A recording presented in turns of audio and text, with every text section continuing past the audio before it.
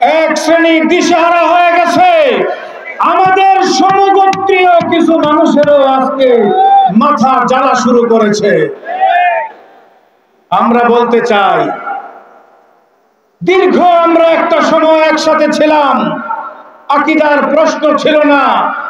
আজকে আকীদার প্রশ্ন তুলে ঘোলা পানি ঘোলা করার চেষ্টা করা হচ্ছে।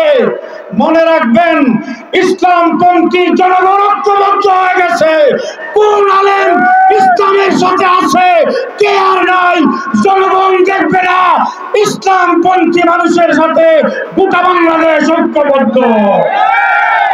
যদি আমরা একটা আদর্শ দেশ দেখতে চাই, আদর্শ এই শিবপুর আমরা দেখতে চাই, তাহলে বিগত দিনে যারা পরীক্ষায় ফেল করেছে তাদের দ্বারা হবে না।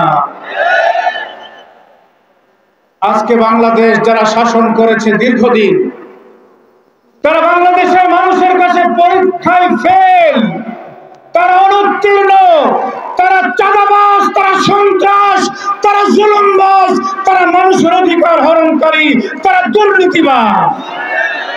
তাদের দিয়ে গণমানুষের মুক্তি হবে না, মানুষের অধিকার আমরা ফিরে পাবো না। সুতরাং পরিবর্তন দরকার, নতুন নেতৃত্ব দরকার। সেই নতুন নেতৃত্ব আপনাদের শিবপুরবাসীর সামনে।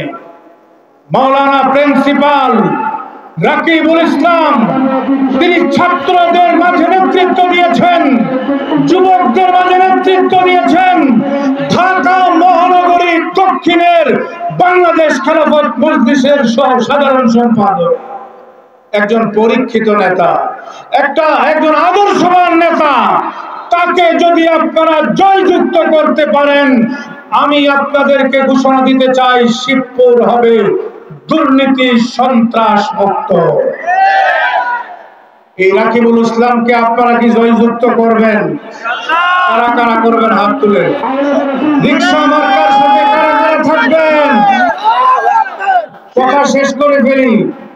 ইসলামপন্থী এবং দেশপ্রেমিক দলগুলো ঐক্যবদ্ধ হয়েছে, কিন্তু আমরা দেখলাম একটা শ্রেণী গাত্রদাহ শুরু হয়েছে।